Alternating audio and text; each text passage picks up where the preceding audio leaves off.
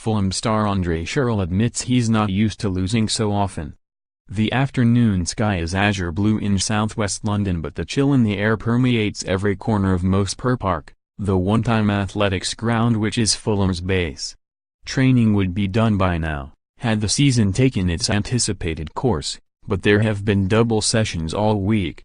There's a restless, nervous energy. It's 1:30 p.m. and Andre Schurrle will soon be heading back to the gym.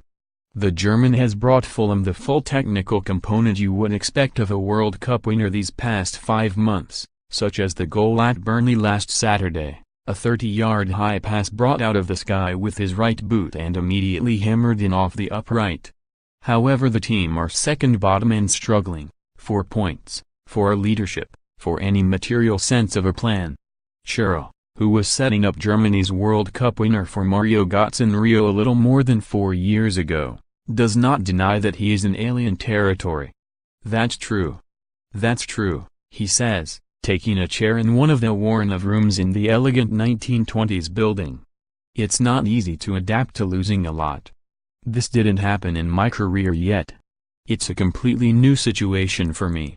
Completely new pressure.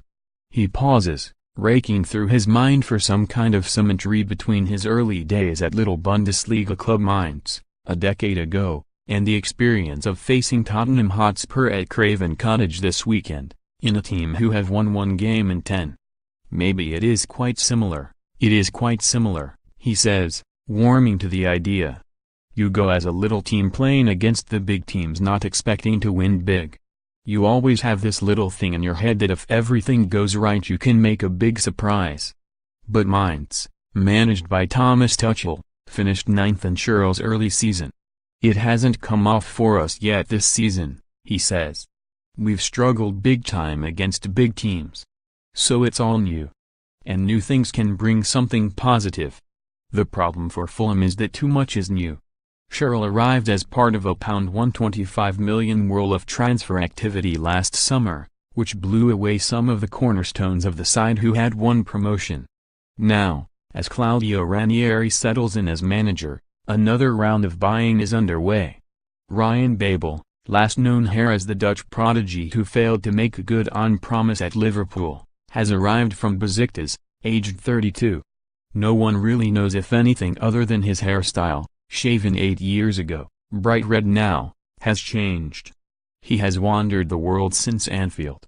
Lost in this frenzy seems any sense of a Fulham old guard, leaders or players who can tell the rest what makes Fulham tick. Yes, that's fair, Schurrle says. That's fair. It's like we had a little bit of a struggle, maybe still have a little bit of a struggle, to find a hierarchy in the team. The few players everybody looks up to and the rest can follow. I think it's quite normal with a team that lost a lot of games and has been in a rebuilding process. They had a very good team spirit and it's not easy to build this back up. There have been moments when Schurrle, who is on a 2-year loan from Borussia Dortmund, has assumed that mantle. His candor at Burnley, where Fulham conspired to lose to a team who did not manage a shot on goal, was welcome. We are deep in trouble, he said late that night. Yet he does not claim to possess the leadership qualities which seem to be a requirement if Fulham are to drag themselves out of the state they're in. In my previous clubs, there were players who were there a long time, the leaders of the club, he says.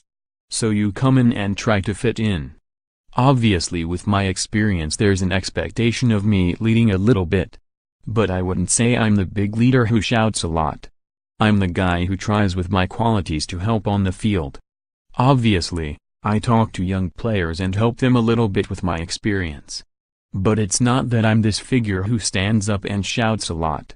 The individual sharing these thoughts does not, for all the present uncertainty, look a player in a pit of despair. He returned home to Germany from England 4 years ago because his confidence had been shredded by Jose Mourinho, who didn't play him at Chelsea.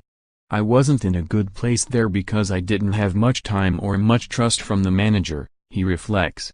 Yet after a successful spell at Wolfsburg, 2 years at Dortmund were unremittingly tough, bringing 3 goals and an unforgiving response from the yellow wall of supporters. "We'll drink until Schurrle scores" was one of the chants. Schurrle speaks of the difficult relationship that can exist between fans and players in Germany. It's a big jealousy thing that you have from fans, not the hardcore fans because they always stand behind their team, but it's not easy, especially for a German national team player who did great things in the past and maybe is struggling. London is the release from that, the city he loved first time round, when he pursued his interest in cuisine, discovering Jack's on Walton Street, Cut at 45 Park Lane, Tsukiji Sushi at the Westbury, and Nabu on Barclay Street. He grew up in a working-class family in the provincial city of Ludwigshafen and was always struck by the variety London offered. It's a different, smaller kind of home he has here this time, a rented house in Fulham, but his Instagram post proclaiming the find seemed to reflect a wish to be part of the community which Fulham brings. Fulham fans have not yet taken to calling him Schurrle as the Chelsea contingent did, but he's more likely to encounter them while walking down the street. When we've had big losses, they still want to talk, he says. It's quite special. I don't think it's like this at a lot of clubs, where you lose a lot and the fans are still with you like this. It's a different kind of Britain, 5 years on, a nation tearing itself apart over the majority's wish to split from Europe, and Schurrle clearly finds the fervor for Brexit as puzzling as many continental Europeans do. I watch the news of that, he says. I saw when I was making the move here that Britain might be going out of the EU. Obviously I think it's the best the way it was. The way it was good. Maybe some important people had a problem with that so they made a choice, and I hope it will all work out. Hopefully it won't change too many things. When he left England last time, Mourinho was in his pomp, though he is another who has gone. There was a time when the Portuguese was publicly denigrating Schurrle in the now familiar way of his, when the player took to Instagram to profess his intention to stay and fight for his Chelsea place. But if he has any temptation to bask in the Portuguese's fate, he is reigning it, and everybody knows he has a lot of success in every club he's been at, he says. I don't know what was inside the United squad, so I can't say much. But I just know that he is a manager who always wants to win and puts everything into that. I wish him well. At Fulham, the frustrations have revealed themselves in unusual ways. This was the week when tempers became frayed because one player, Aleksandar Mitrovic, wanted silence in a yoga session at Mospur Park, while another, Abubakar Kamara, wanted to talk. Schurrle sounds glad to have avoided that flashpoint, saying, "To be fair, I wasn't in there. I was with another group, so I can't say much about it as it would be unfair on the other players." Defender Joe Bryan, who was present, says it was more disagreement than bust-up.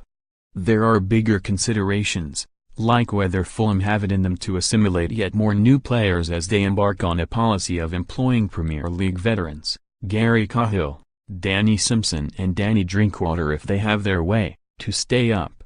We need quality, Schurrle says. We had a lot of chances with this squad to win matches and we lost almost all of them. Obviously then something needs to change.